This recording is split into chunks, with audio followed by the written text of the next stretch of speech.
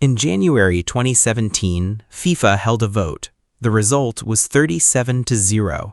Not a single person objected. And with that, they quietly made a decision worth billions of dollars, and almost nobody noticed why. Here's what they told you. The World Cup expanded to 48 teams to give more countries a chance, more inclusion, more football, more love for the game. And here's what actually happened. Stay with me because every minute of this video is going to change how you see football forever. Let's start with a number most people have never heard, 89%. That's how much of FIFA's entire revenue across a full 4-year cycle came from just one event, the Russia 2018 World Cup. That's it. One tournament, 4 weeks, 89%. FIFA doesn't really have a business, it has one product, and the only way to grow that product is to make it bigger. So that's what they did. Here's where it gets interesting. When FIFA expanded from 32 teams to 48, they didn't just add more countries, they manufactured 40 new commercial assets. A 32-team World Cup produces 64 matches. A 48-team World Cup produces 104. That's a 62.5% increase in broadcast inventory, which is just a fancy way of saying they now have 40 more games to sell to television networks, and TV is where the real money lives. US broadcast rights alone jumped by 94% compared to Qatar 2022. They didn't grow the game, they grew the product. Now here's the vote. January 2017. FIFA's council meets in Zurich.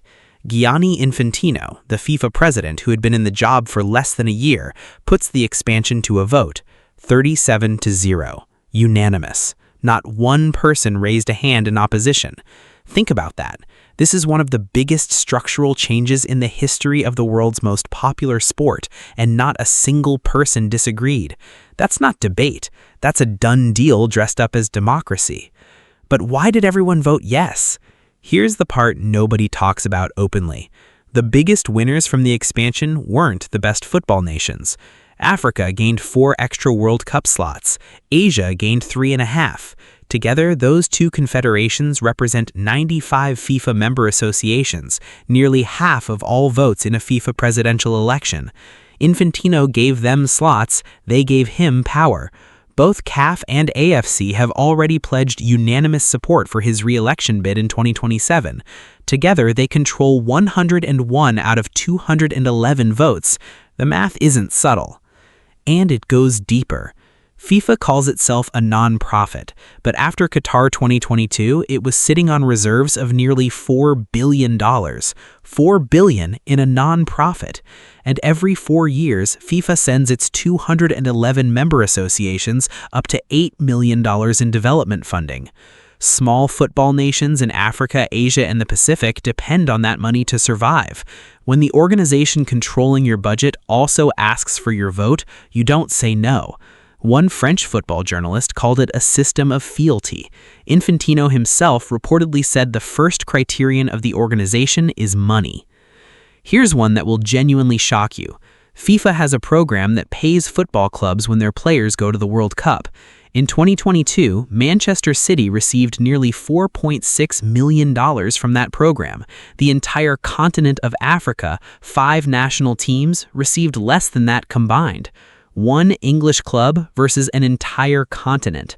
And for 2026, that fund has grown by 70%. But the distribution still heavily favors clubs in Europe because they send the most players. Meanwhile, the cities hosting the games are getting almost nothing in return. A ProPublica investigation found that cities bear virtually all the costs: security, transport, stadium upgrades, while FIFA keeps the ticket revenue, concessions, merchandise, and parking. Cities had to agree to these terms before they were even allowed to bid. The person who ran U.S. soccer the last time America hosted said it plainly. Everybody signed an agreement that was very, very one-sided. And then there's Saudi Arabia. Aramco, the Saudi state oil company, signed a sponsorship deal with FIFA worth an estimated $100 million per year. That deal runs all the way to 2034, the same year Saudi Arabia hosts the World Cup. FIFA created a brand new sponsor category just for them, and Saudi Arabia won that 2034 bid without a single competitor. FIFA changed the voting process so that 2030 and 2034 were decided at the same meeting, leaving no time for anyone else to prepare a bid. The 48-team expansion normalized multi-country hosting.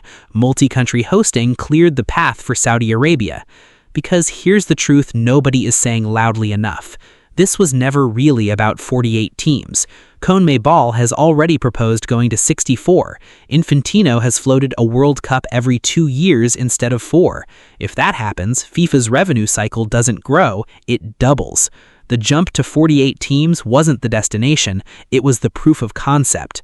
FIFA didn't expand the World Cup for football. They expanded it for the same reason any corporation grows its product line, because the money demanded it, and the beautiful game just happened to be the vehicle. If this opened your eyes, subscribe. There's a lot more where this came from.